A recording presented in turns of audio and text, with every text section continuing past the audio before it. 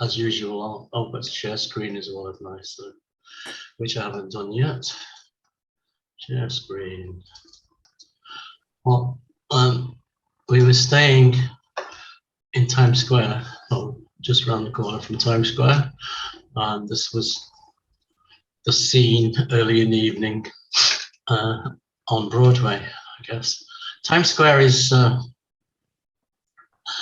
well, it's an interesting place. It's full of hookers, drug addicts, people having a good time, people arguing with policemen, people walking past you and pointing at you and telling you to fuck off, and people just eating hot dogs and stuff. It's just an amazing place, but not somewhere you probably won't spend too long in. But this main drag here is part of Broadway. Broadway is a street which runs pretty much diagonally from the southwest to the northeast of Manhattan.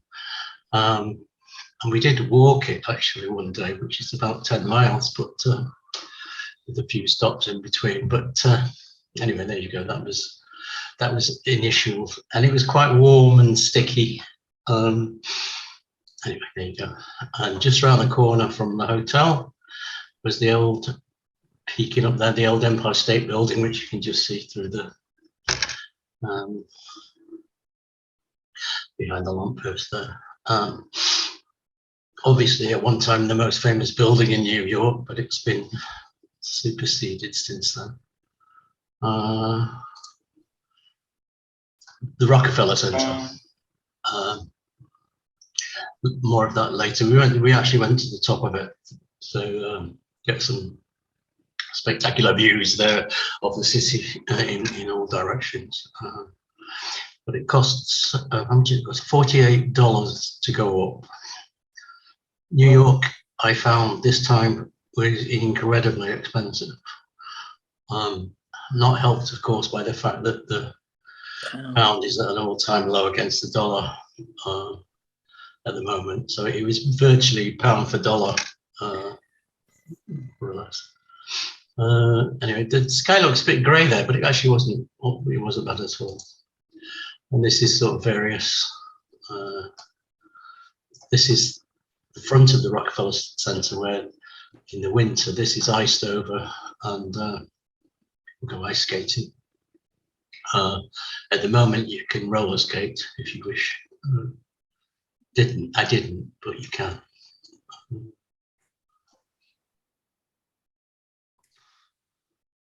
Like this one. This is a part on one side of the Rockefeller. It's kind of hieroglyphic type design.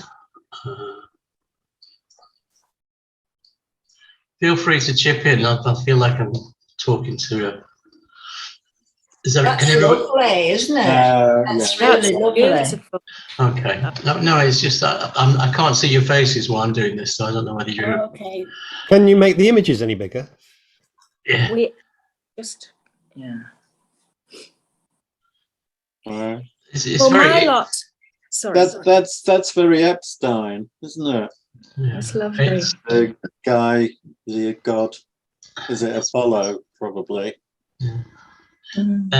Well, I think it's based. I don't know what it's based on really. It looks slightly Egyptian to me, but it's sort of like a. Yeah, it does to me. It does. I didn't understand that. There again. Stupid woman on whatever she is called. Sorry. Well, my lot were there the week before you. They did go up to the top of the building. The view was spectacular. Well, but I'll show you in a minute when the views from the top. They said that the cost of everything was phenomenal. They knew it was going to be, so they were prepared. But they said it was. It really was very expensive. Yeah. But, yeah. They said that 5. Can you imagine 5 of them? Yeah. This is. Just outside the sculpture. This is St. Patrick's Cathedral, which is immediately opposite the Rockefeller Center on 5th Avenue, which is quite an attractive building, actually. It's sort of, this is where Kennedy's funeral was held, if you remember. But, And that's you know, one of the steam outlets from the subway. Outside. And that building on the right is hello. Hello. Hi, Graham. I'm only saying hello. I've got to go again. I'm terribly sorry because Sybil's got to catch a train. This is my friend Sybil. Hi. Hello. Miss Sybil. Okay. Right. Okay. I'll move on. That building there on the right is Saks Fifth Avenue. So, and one of the girls went in and just came out horrified how much everything cost in there. But I suppose everything's, and it's full of rich ladies, really. Central Park. Central Park's beautiful.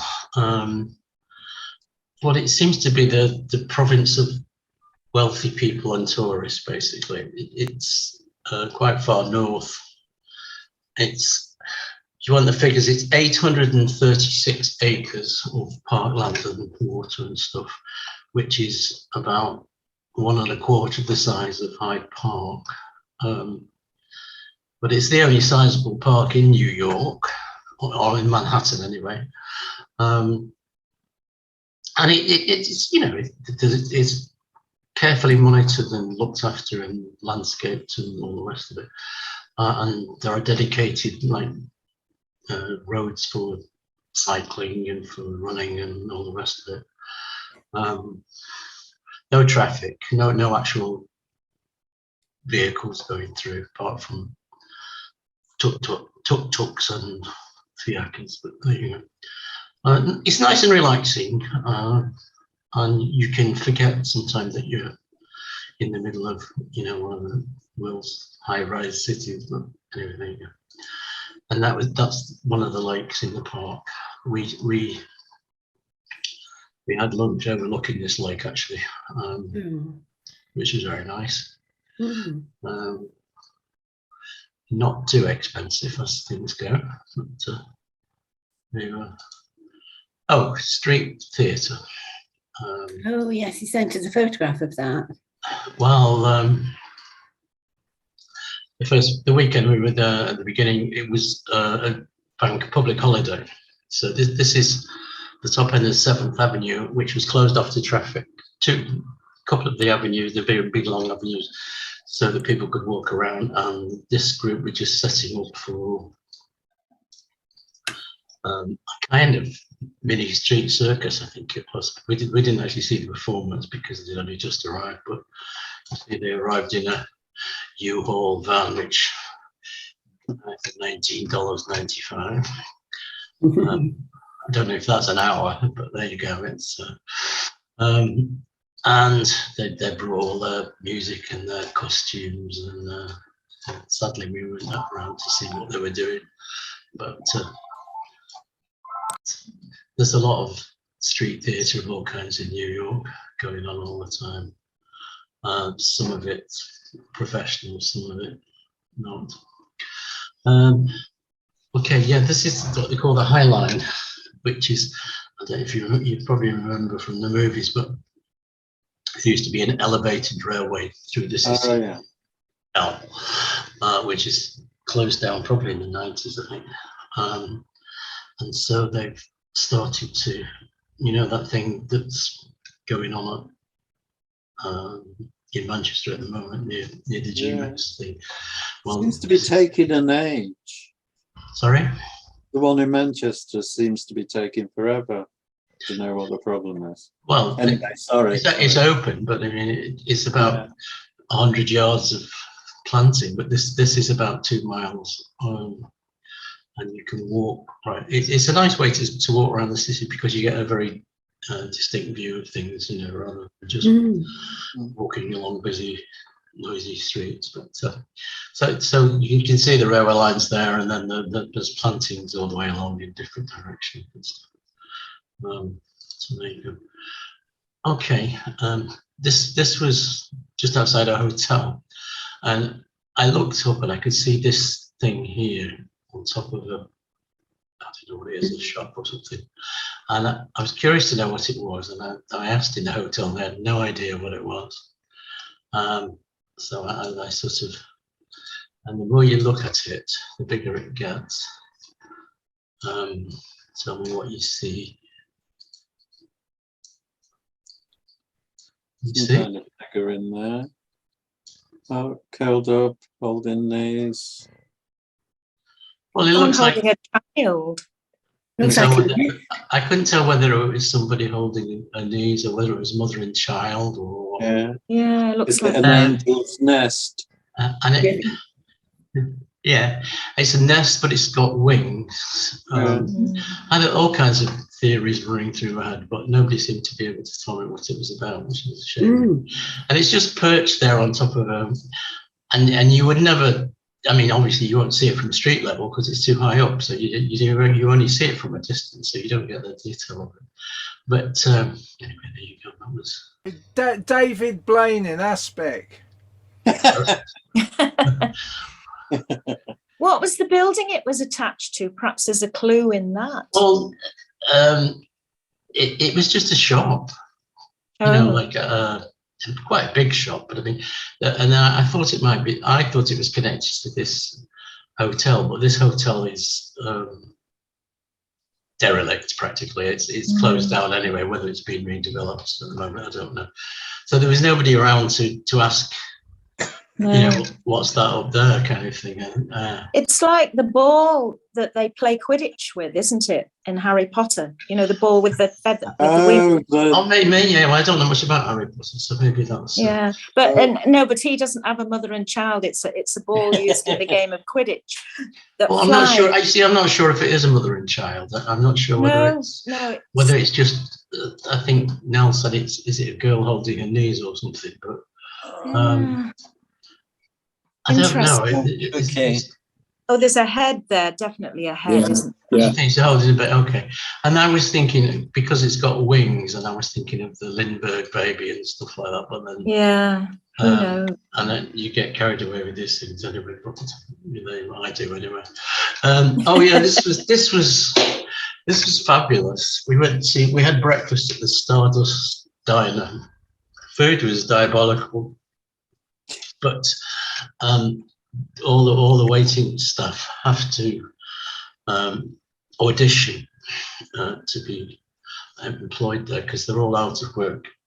Actors, dancers, singers, whatever else from Broadway. It's actually in Times Square, and so you're just sitting there having your coffee or whatever, and then suddenly a waiter will walk past with a microphone and sing you songs from the shows, and then something else.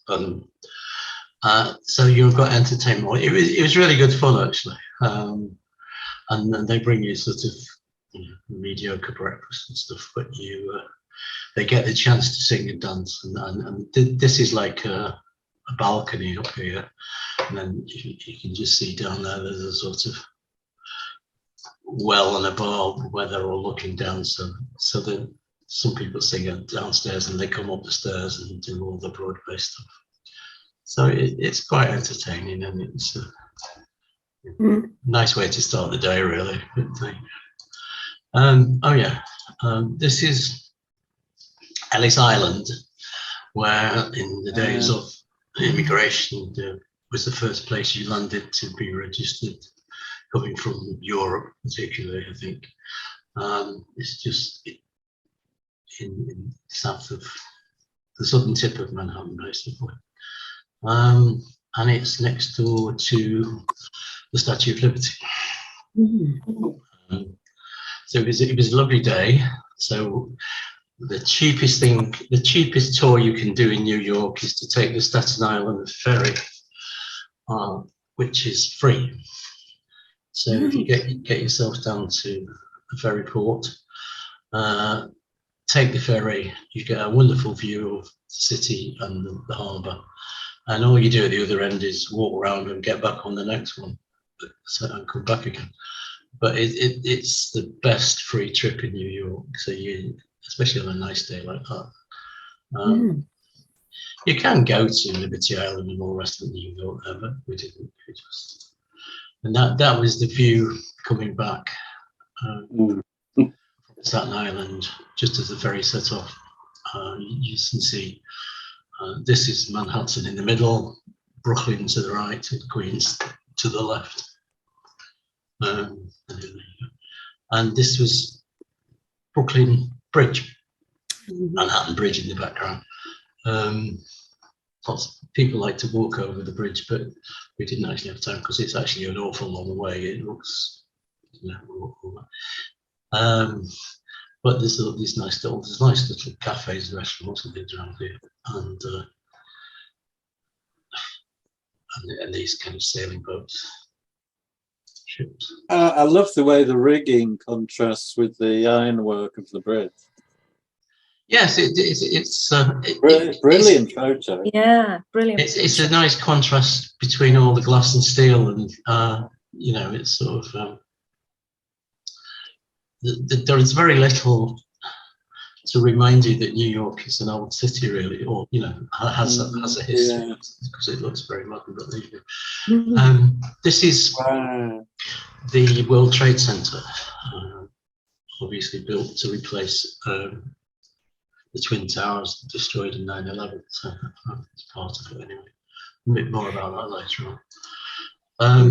Oh, and this was anti-abortion rally in Union Square. Yay! There's this was a very, this lady here was it was a Jewish women's group, very much you know, promoting legal abortion and stuff, and there's a lot of people around actually. Probably photographs quite concentrated, but and then this guy's got various things stitched to his pants in Spanish, advocating abortion, legal abortion without guilt. So you get a lot of that in New York. But it was Sunday afternoon. Oh, this is the view from the Rockefeller Center top.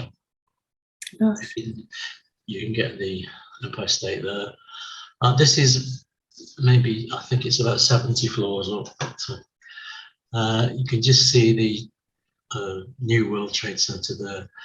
Statue of Liberty you can just catch to give you some idea of the distance. And that over there is Staten Island, which we looked at. So that's looking downtown. And this is looking in the other direction, uptown, so you get a view of Central Park. See how big it is, really. How did you get around, Graham? Did you just walk everywhere, or? Mostly. We started using the subway. For the first couple of days, it was mostly on foot, but you don't want to repeat yourself. The subway's very quick. It stinks and it's very hot and sticky, but the trains themselves are all right. We did see some black guys mugging somebody two platforms over. In one of them, but it seems pretty safe actually. It wasn't. You don't feel threatened or anything, and the trains are so fast.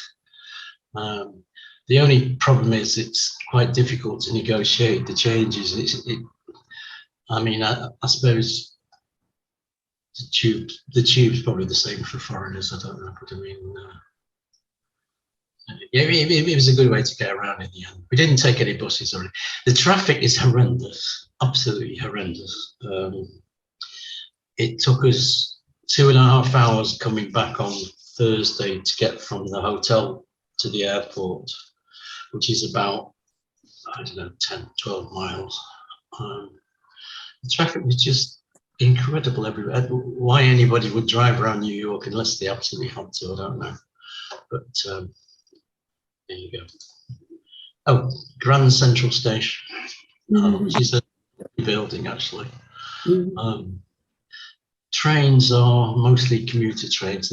It's not like UK where you travel, you know, I suppose distances are much greater, but it's a monument to, I don't know, it's period it was built, probably in the 20s, I would think. But I always think of that scene in The Untouchables, where Pram's being pushed down the staircase. But, Yeah. Oh, yeah. Yes. I don't know if you remember that, but it was actually filmed here. There's a woman with a trolley, with a, yeah, there you go. It's a beautiful building. Has a very nice food hall. Apart from rush hour, it's quite quiet. You know, people coming in and out to work, but most of these people here are tourists, I would think. Okay. Then we went, one wet day was spent, well, part of it anyway, in MoMA, in the Museum of Modern Art, which is quite a trip really, but unfortunately half of New York was there as well that day because of the rain, I suppose. But I've no idea what this is, but it just appealed to me. I mean, it's kind of like... Do you have to pay to go into museums? It's $50. How Gosh, much? that's £50 near enough. Yes. That's, oh gosh, no wonder Matthew didn't. Oh no, go I think I got over 65s. It was about $40 or something. Oh right, still enormous. Everything's horribly expensive. I mean, it's kind of like this one I loved. Unfortunately, I didn't write down the name of the artist, but I just like that. It appealed to me. It's this kind of bizarre combination of things, but looks like Sitting Bull or somebody. But Could almost be Warhol, couldn't it? Yeah, with guns. With two guns and yeah. And the museum is amazing. The exhibits are fantastic, and you know, it's absolutely full of famous stuff, you know, that you see in books. I thought I'd have a look at the Pollocks. Apologies. I found this paint, not this one, but I found a pair. I thought, oh, that's a Jackson Pollock, and of course it wasn't. So I had to go searching for a real Jackson Pollock. This is quite a famous one. I've no idea what it's about, but it is famous, isn't it? So it's one we've all seen before. And this one I loved. There's a whole series of these, like, I don't know, there's about 10 or 12 of them. There's quite small paintings on the wall, just little reflective things. And then underneath, you know, and people all over the South began to discuss this great movement. You know. I just thought it was a sort of expressive painting.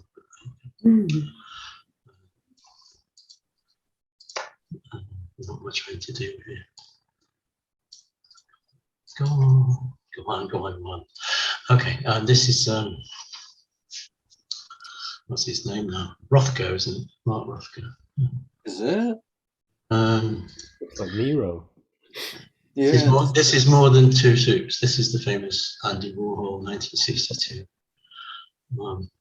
I think Andy Warhol's got a lot to answer for, actually, but there you go. Sure. This is one of my favourite paintings. I'm so pleased to see it actually in the flesh, so to speak. Picasso. Girl Before a Mirror by Picasso, yeah. I used to use it as a teaching aid. I used to get people to discuss and write about it because I think the picture says so much. And I hadn't realised exactly how vibrant the colours are. It's probably about, I don't know, 5 feet by 3 feet, the actual painting itself, which is bigger than I thought it was anyway. But it was just lovely to see it actually for real, you know, rather than in a book. And guess who?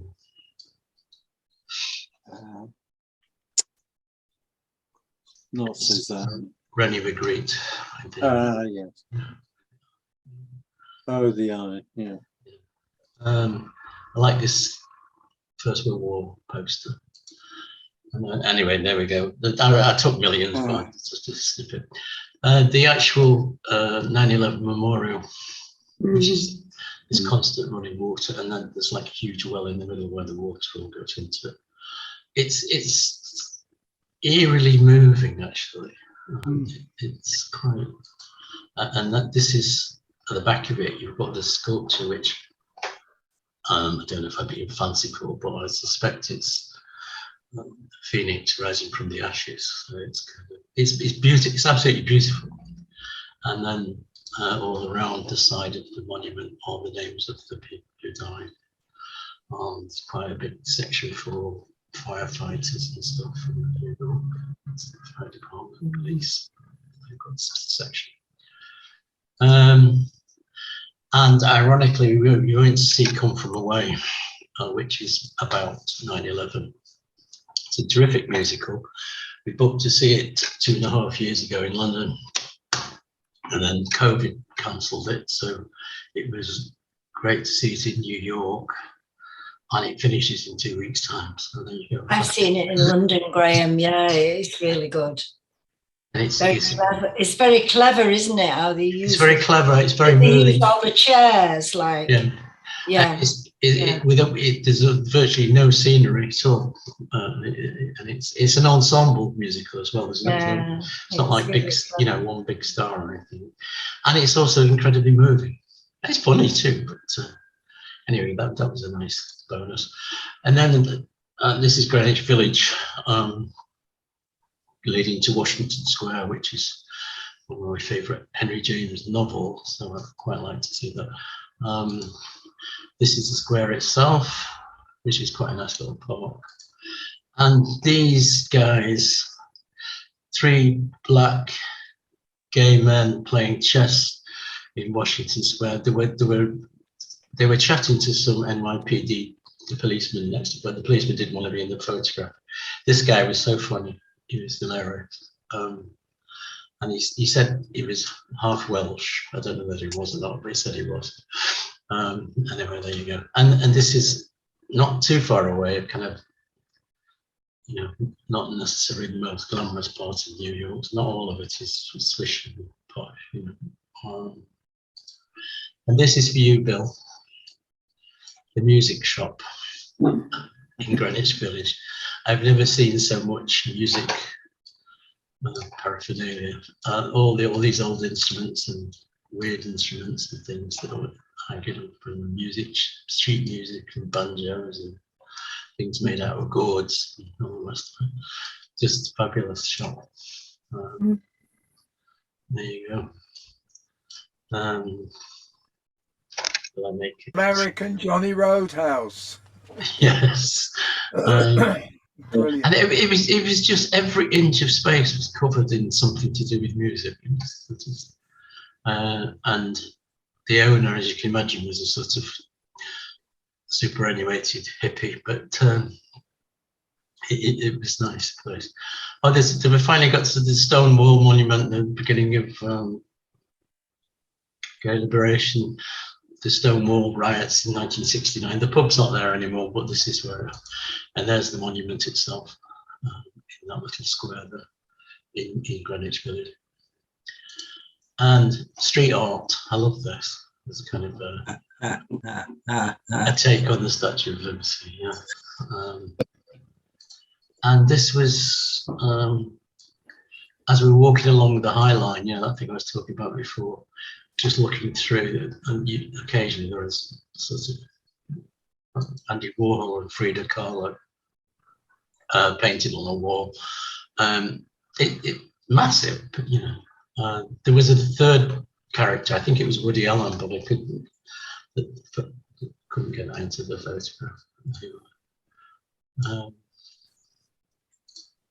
And our hotel was sort of quiet and respectable. And you went through this side door, and then you were in this restaurant bar called Tony's, which was so very, very New York. It was unbelievable. There's this bar, cocktail bar here, and then some paintings of famous people around the world.